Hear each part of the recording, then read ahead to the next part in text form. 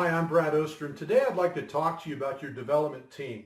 If you're looking to expand or relocate your facilities, there are a lot of people involved in the design and construction of your new facility. A lot of times, churches and church leadership get rather frustrated because they think that if you hire the architect, that's all you need. Hire the architect, he'll take care of everything, he'll get you the building permit. Next thing you do is hire a builder and then move into the we you're thinking, well, we have an architect we need to interview for, and then we've got to hire a builder. Well, a lot of times it becomes very frustrating because there's a lot more involved with that. There are a lot of different people on your design team, and knowing the roles and the responsibilities of each of them before you enter the world of church development will make your life a whole lot easier. So I've put together an ebook called Your Development Team, and you can download this right on the website. But the intent of this is to introduce you to the players, to give you an idea as to their background and what their responsibilities are, so that when you enter the field of church development, you're doing it from a position of strength. You're doing it from a position of knowledge, and you're not constantly being surprised by yet another consultant that you have to hire. The first team that we have when we put together a development team is the prayer team, and hopefully your church already has one. But if you want to see things get really rough, start expanding your ministry. The devil doesn't want you to do that. The devil would be perfectly happy if you stayed just where you are. But I know you wouldn't, or you wouldn't be watching this video. So number one, get a solid prayer team to saturate this entire process with prayer. It is so much easier to put a bubble of protection over this process that the enemy can't get through than to run around with the fire extinguisher putting out fires all the time. So your number one task is your prayer team. Then we look at our lender. We want to find out how much money can we actually afford. It doesn't do anybody any good to do a fundraising campaign, spend lots of money on architects and building permits and all the different things, only to find out when it comes time to get your construction loan that you don't qualify for it. And never, never trust your banker. Every local banker is a wonderful guy. They'll tell you, oh, Pastor, you've had your account here for years. Of course we'll lend you the money. So you go out and you do all this. And then when it comes time to, okay, Mr. Bank, we got our building permit. We had our groundbreaking service last Sunday and we're ready to go. Let's get that loan. I have seen it so many times. I can't even count the number of times I've seen it.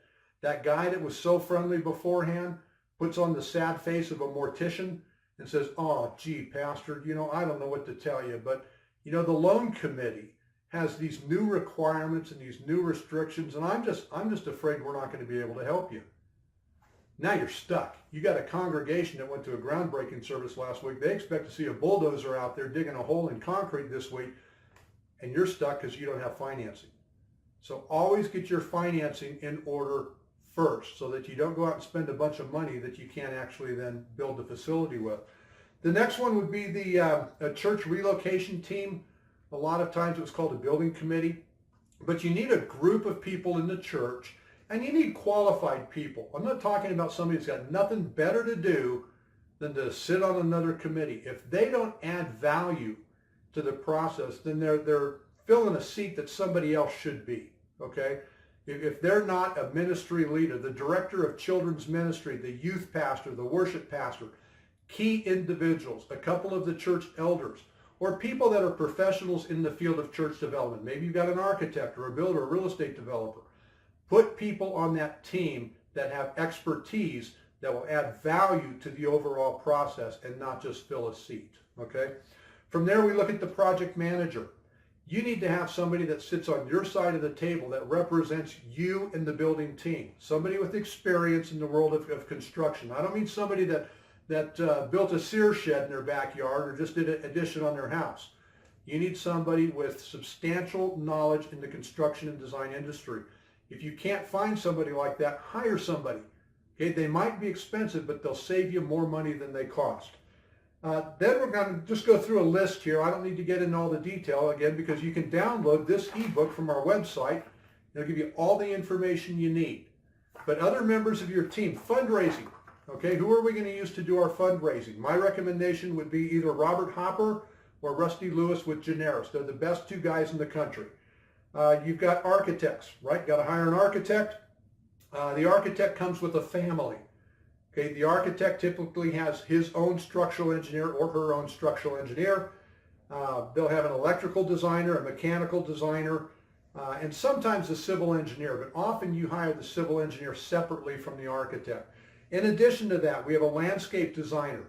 We have a sound, video, and lighting consultant, a geotechnical engineer. They're in charge of soils reports and making sure that the soil that you're building on will support the building itself. We have a fire sprinkler and alarm system, an interior designer. And please get a professional interior designer. I can always tell a church, that was designed by somebody on the building committee or somebody's wife has such a pretty home, so let's put her in charge of design. Nothing takes the place of a professional interior designer. If excellence is a core value in your church, then show it everywhere people go. And a good interior designer will help you do that. A kitchen designer, do you need a commercial kitchen or do you need a food warming and preparation area? But a commercial designer should be, or a kitchen designer should be part of your team. Themed environments, taking your children's area, turn it into Disneyland. People look at that and go, why on earth do you put that much money into children's ministry? Well, I'll tell you what, it's not for the children. It's for their parents, to show them that the most important thing, the thing that they have in their life that they value the most, we value equally. We put a lot of money into children's ministry, and I'll tell you what, you could track every penny you put into children's ministry with the growth of your church.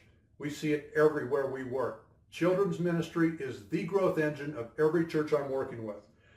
Environmental graphics, just a fancy name for signage.